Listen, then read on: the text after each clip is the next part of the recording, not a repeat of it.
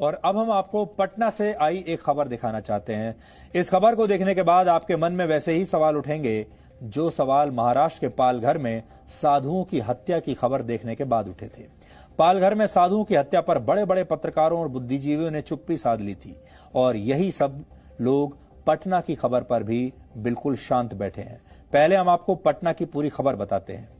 पटना के खाजे कला इलाके में 20 अप्रैल को सनी गुप्ता नामक एक युवक की हत्या कर दी गई थी। यह हत्या उन लोगों ने की थी जो लॉकडाउन के नियमों का खुला उल्लंघन कर रहे थे। हत्या के आरोपी लॉकडाउन तोड़कर सड़कों पर खुलेआम घूम रहे थे। जब लॉकडाउन का पालन करवाने वाले एनसीसी कैडेट्स ने इन्हें रोकने की कोशिश की तो ये लोग भागकर सनी गुप्ता के घर में जबरदस्ती घुसकर वहां छुप गए। जब सनी गुप्ता के परिवार ने इन लोगों का विरोध किया और इन्हें घर से बाहर जाने के लिए कहा तो आरोपियों ने घर से बाहर आकर फायरिंग शुरू कर दी। इसी फायरिंग में 27 साल के सनी गुप्ता को गोली लग गई और सनी की मौत हो गई। पुलिस ने हत्या के आरोपी चांद मोहम्मद को गिरफ्तार कर लिया, लेकिन सनी गुप्ता के परिवार के लिए भी मुसीबतें बढ़ गई। ये परिवार उस इलाके में रहता है जहां मुस्लिम बहुसंख्यक हैं। हालत यह हो गई कि परिवार को अपनी सुरक्षा की चिंता होने लगी और ऐसा डर उसे था कि अब वो अपना मकान बेचना चाहते हैं। यानी ये परिवार अब इस इलाके में रहना ही नहीं चाहता, इतना डर चुका है। इसलिए क्योंकि पहले तो परिवार के इस सदस्य की यानी उनके बेटे की हत्या हुई और फिर उसकी शव यात्रा में भी पथराव हुआ। ये तस्वीरें सनी गुप्ता की शव यात्रा की हैं, जिसमें आप साफ साफ तौर पर देख सकते हैं कि कैसे एक गली से शव यात्रा पर पथराव हो रहा है।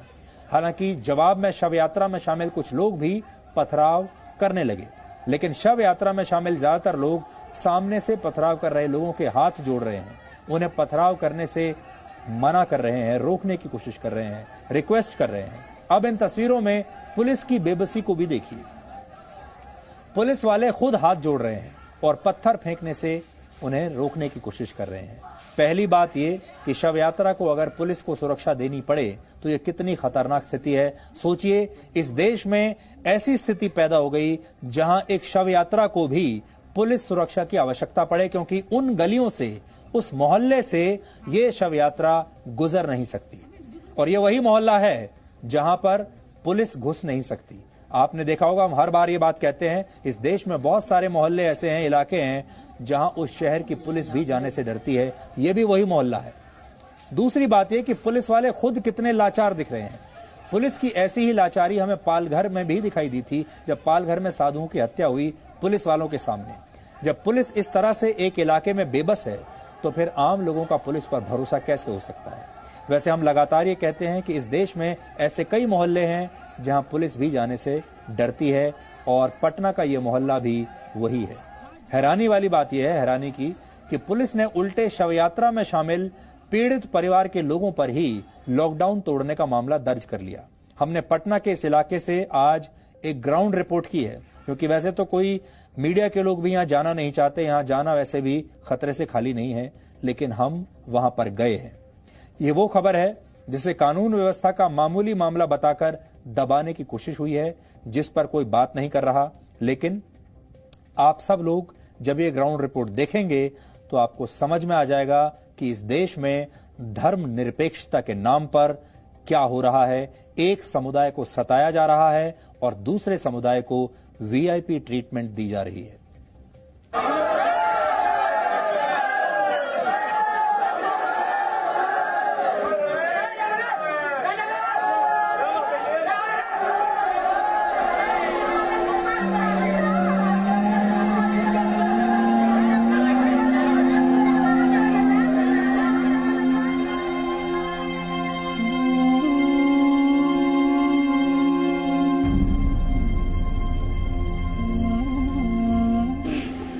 सीधा साधा पति को मार मेरा पति किसी से कोई उल्टा केस हम पर किया जा रहा है, मेरे परिवार पर केस किया जाए, मेरे भाई हैं, चचा हैं, जो भी है उस पर किया जाए। सर बताइए, हम लोग हम पर केस किया जाएगा, उल्टा केस करेगा, हम पर करेगा तो हम अपने आप को सुसाइड कर लेंगे। सर 2 बच्चा सब है, ऐसा हमको कभी भगवान दिन नहीं दिखा है। मेरा दुख को आप समझें। और मैं बहुत बहुत धन्यवाद इसके बहुत बहुत धन्यवाद जो हमारी पहचान को पहचानने के लिए पाए।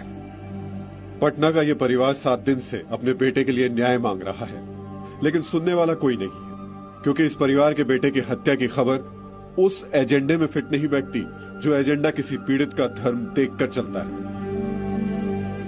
20 अप्रैल को इस परिवार के बेटे सनी गुप्ता की गोली मारकर हत्या कर दी गई थी। 7 दिन हो रहे हैं।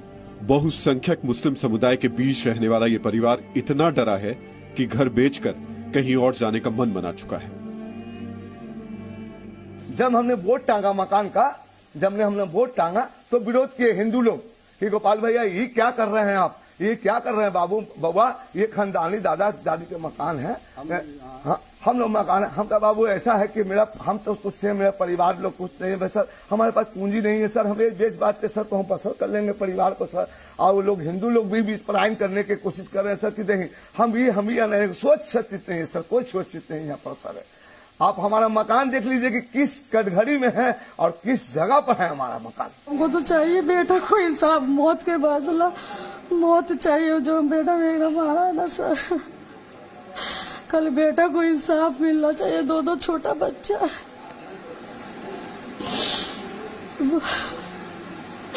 सबसे प्यारा बेटा तो मेरा बड़ा वही था। 1 महीना से बाबू घर में ही था, कभी कदार थोड़ा सा निकलता था, उस दिन वो भी नहीं गया। आपको बस कुछ नहीं चाहिए, बस उसको जो मेरे पति को मारा है उसको बस फांसी लगना चाहिए। मेरा सीधा साधा पति को मार,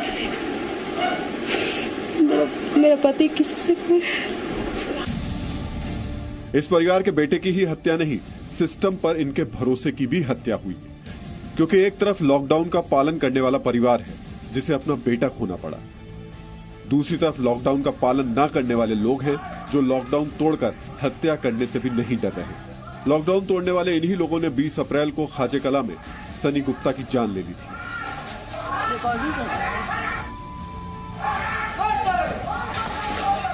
इसी गली में कहा जा रहा है कि एनसीसी के जवान लॉकडाउन को कामयाब बनाने के लिए आए हुए थे और यहाँ पे उन लोगों से झड़प हुई और इसी गली से होते हुए और सनी गुप्ता के घर में ये आरोपी, और चूंकि आपको बता दें कि आरोपी का जो घर है, मुख्य आरोपी और जितने भी लोग पकड़े गए हैं उनका घर यही है, आप देख सकते हैं।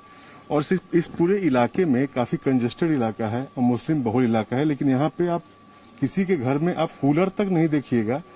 और यहाँ पे जो मुख्य आरोपी है उसके घर में 2 एसी लगा हुआ है और कहा जाता है कि जो चांद है, जो मुख्य आरोपी है, उसका आपराधिक रिकॉर्ड है और वो पहले भी आर्म्स एक्ट में वो जेल जा चुका है। रॉबिन हुड मानता था, यहाँ का यही सिस्टम है, जो भी अपराधी रहेगा उसको रॉबिन हुड मानेगा। एगो जाएगा तो एगो पैदा होगा, एगो जाएगा तो एगो पैदा होगा। उनसे मैं बहस हो गया था अंदर घर में। भागने के दौरान वो लोग एनसीसी वाले अंदर घुसे थे, तो भागने के क्रम में अंदर घुसे तो पापा भैया हम लोग उनको विरोध किए थे।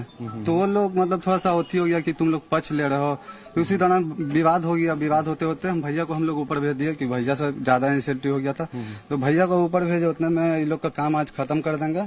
बंदूक तो लगाया हुआ था, ऐसे भी सबका बंदूक कोई बड़ा बात नहीं है। जैसे ही फिर भैया सोचा कि क्या हुआ, देखे फिर से मतलब कि मामला पूरा चिल्ला चिल्ली हो रहा था। जैसे ही ताकत वहां से निकला और सामने देख के एकदम सब शार्प शूटर है ये सर, एकदम डायरेक्ट गोली चला दी।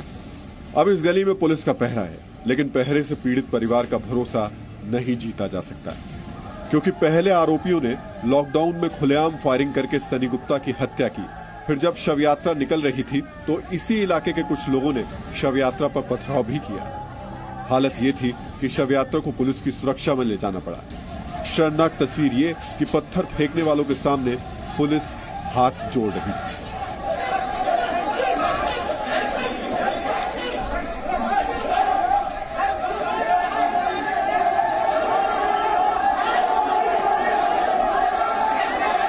ये कैसा सिस्टम है जिसके होते हुए किसी पीड़ित परिवार के लिए शव यात्रा निकालना भी मुश्किल हो जाता है। लेकिन बात सिर्फ इतनी नहीं, सनी गुप्ता की शव यात्रा पर पथराव हुआ, लेकिन केस भी उल्टा सनी गुप्ता के परिवार वालों पर ही कर दिया गया। पुलिस ने पीड़ित परिवार और उनके रिश्तेदारों में 16 लोगों के खिलाफ लॉकडाउन के उल्लंघन का मामला दर्ज कर लिया।